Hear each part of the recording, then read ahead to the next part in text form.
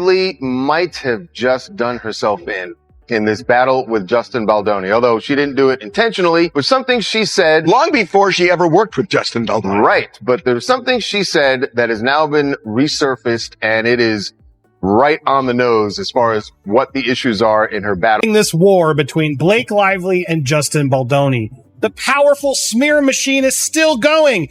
But what's really crazy is this new person she hired. Well. It appears the Blake Lively legal circus has taken yet another chaotic turn. Word on the courtroom floor is that Blake's own attorney dropped her like a scorching hot potato the moment Justin Baldoni's team unveiled a fresh batch of receipts. Receipts so damaging, so blindsiding, that even Blake's PR machine couldn't spin fast enough to keep up. According to insiders, Blake's lawyer allegedly got an early peek at the evidence Justin's team was preparing to file. And whatever she saw must have been catastrophic, because she reportedly bolted out of that case faster than Blake can screech "It ends with us" at a photo op. When a seasoned lawyer decides they'd rather protect their reputation than stand next to their celebrity client, you know the storm clouds are real. No attorney wants to hitch their career to a case built entirely on smokescreens, emotional monologues, and Instagram-ready victimhood. And right now, Blake's entire legal strategy is looking less like a lawsuit and more like a house of mirrors collapsing in slow motion. So the real question is, if even her own lawyer won't stand beside her, are you seriously going to sue Blake? Or is the courtroom about to witness the biggest celebrity legal retreat of the year? Going to sue Blake Lively too? Into oblivion, Megan. Wait till you see this lawsuit. It's all going to be based on evidence. It's not going to be just a lawsuit. It's going to be the kind of lawsuit that is full of evidence, admissions, documents, which prove exactly what she did and how she bullied her way through the process. Blake Lively's legal disaster just keeps unraveling, and every new detail makes the situation look even messier.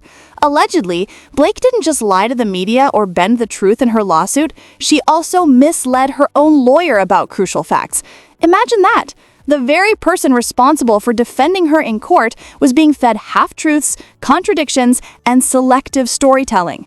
It put her lawyer under pressure from every possible direction, and the cracks were beginning to show long before the public noticed. But the chaos didn't stop there.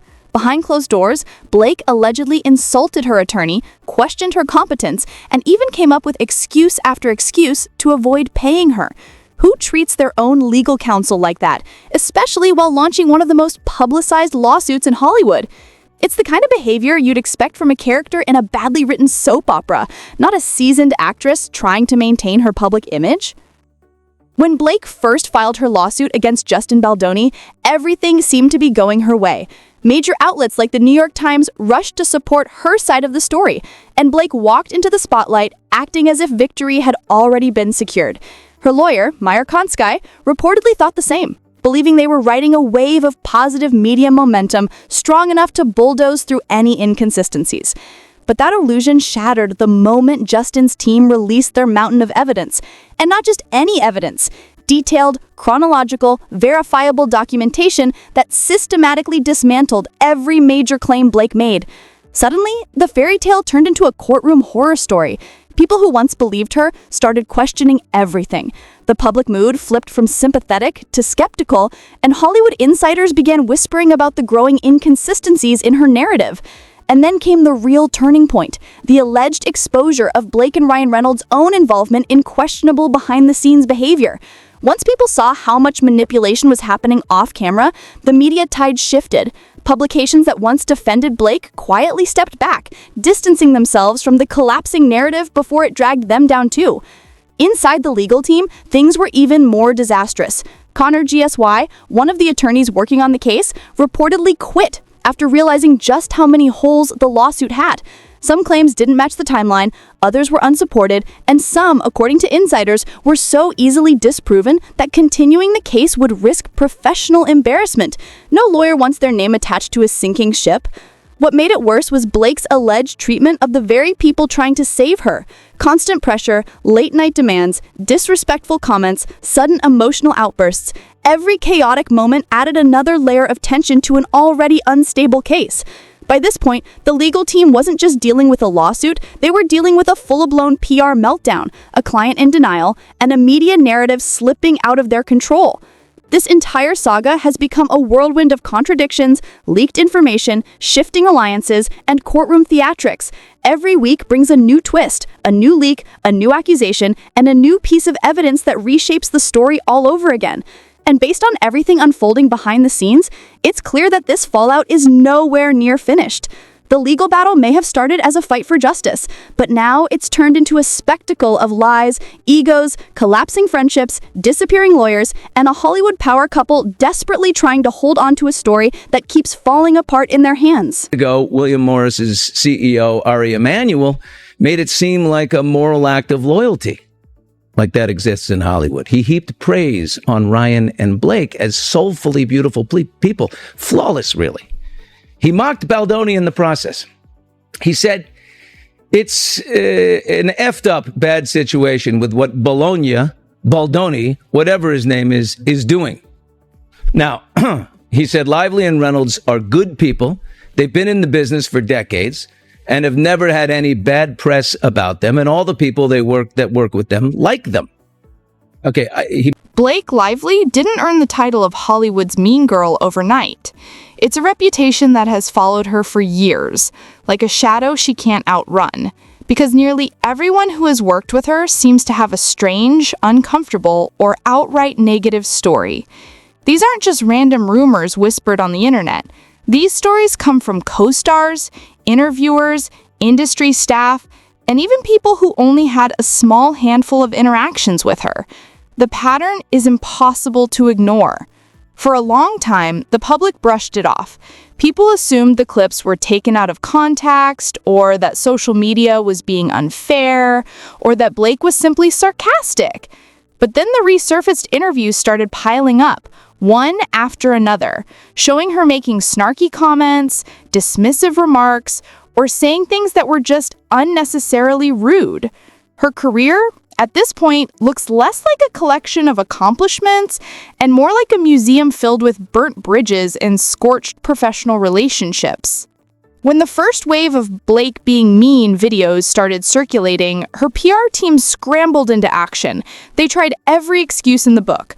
Oh, Blake just has a quirky sense of humor that not everyone understands.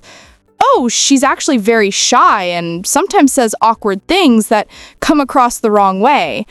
Oh, the clips are edited in a misleading way. They painted her as the misunderstood, soft-spoken artist whose personality was simply hard to read. But let's be honest, that explanation only works when there are one or two clips, not when there are dozens, not when everyone who interacts with her has the same exact experience, not when the misunderstandings conveniently happen every single time she's in front of a camera or on a set. Eventually, the truth became too obvious to deny. Blake wasn't misunderstood, she wasn't shy, she wasn't the victim of bad editing or miscommunication. She was a grown woman displaying a consistent pattern of condescending behavior, low emotional intelligence, and an attitude that rubbed almost everyone the wrong way. And the mask could only stay on for so long. Because here's the thing. No matter how carefully someone tries to hide their real personality, it always leaks out. The jokes you make, the way you talk to people, the reactions you have when you think the cameras aren't paying attention, they all reveal who you truly are. And with Blake, the pattern became crystal clear. These weren't isolated slips. These weren't rare moments. This was her. And now, with her lawsuit falling apart, her PR machine malfunctioning, and former colleagues speaking more openly, the public is beginning to connect the dots. Blake's reputation didn't just appear from thin air. It grew from years of behavior that finally caught up to her. It's a lesson Hollywood repeats again and again. You can fake a personality for a while, but sooner or later, your true character writes the story for you. Blake's downfall isn't just about the lawsuit. It's about the accumulation of every comment, every rumor, every eye roll, every leaked interaction that people once ignored.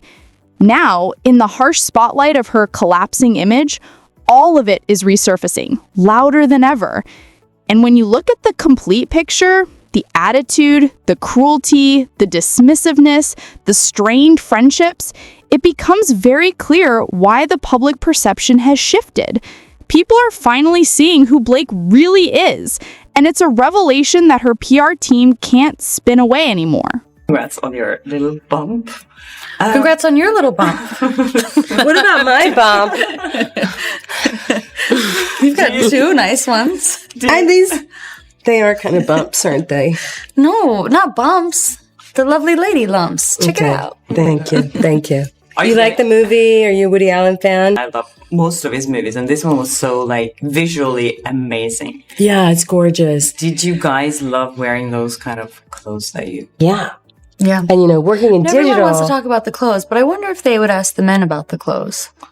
I don't talk to you. This movie is going to affect people, and they're going to want to tell you about their life. So if someone understands the themes of this movie, comes across you in public, and they want to really talk to you, what's the best way for them to be able to talk to you about this? How would you recommend they go about it? Like asking for like my address or my phone number or like my location share. Or I could just location share you, and then we could, I'm just curious about social security number.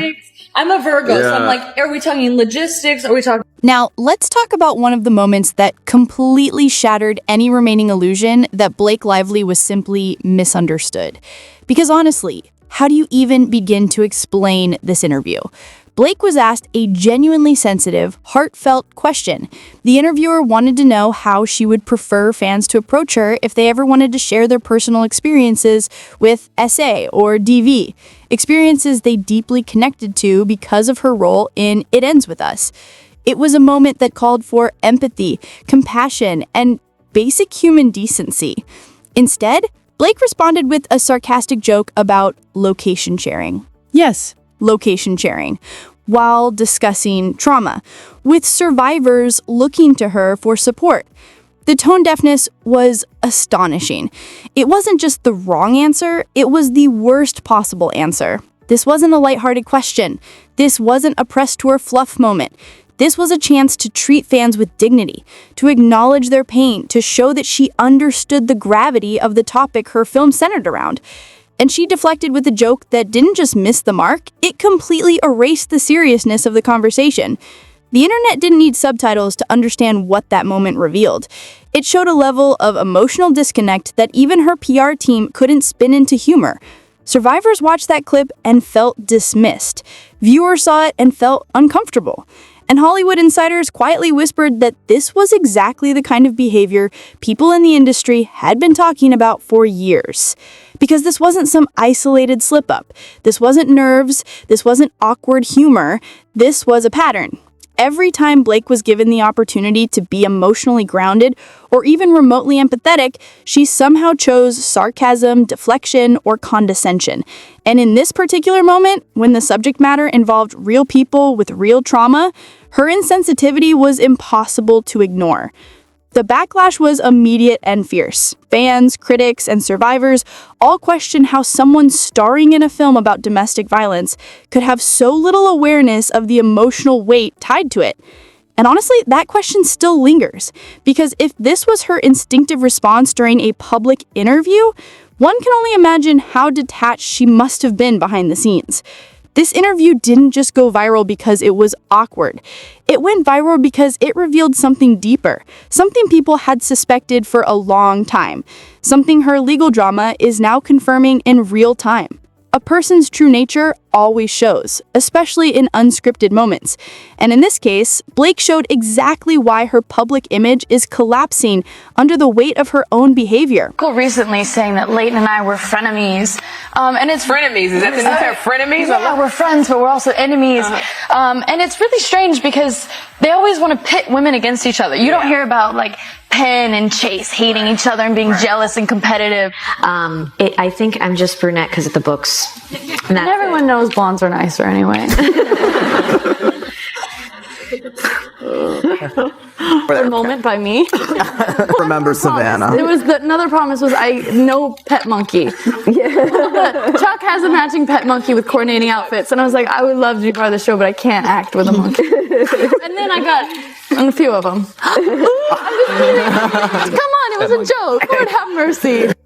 Your wardrobe. That is important. Very good. It's very important. This is wardrobe. This is wardrobe. This was on the return rack. I think it was hers. So I had to go and slip them cash. If you think the awkwardness ended with Blake's insensitive comment, think again. Even her own co-star sitting beside her couldn't hide his reaction. The moment Blake dropped that sarcastic location-sharing joke, he visibly rolled his eyes, shifted in his seat, and looked absolutely disgusted. And honestly, who could blame him? It was the kind of comment that instantly makes everyone in the room question what planet the speaker is living on. But then again, what else do you really expect from someone with Blake's track record? This is the same woman who once openly referred to her co-stars as monkeys, laughing as if it were charming or cute. It wasn't. It was condescending, dehumanizing, and completely inappropriate. And she said it on camera, as if she expected everyone around her to just go along with it. And if that weren't bad enough, let's not forget one of the most infamous moments from the Gossip Girl press tour. Yes, the moment. The one where Blake decided it was totally acceptable to mock Leighton Meester by referencing her background, specifically the fact that Leighton was born while her mother was in prison. Blake used it as the punchline to a joke. Not a thoughtful comment, not a moment of support, a joke. There sat Leighton, who had always been private about her past, who worked incredibly hard to build her career, who never weaponized her story for sympathy or shock value, and Blake reduced it to a piece of comedy material. She delivered the line with the same smug energy she always radiates when she thinks she's being clever. Except this time, the room's energy shifted immediately. People stiffened, interviewers looked confused.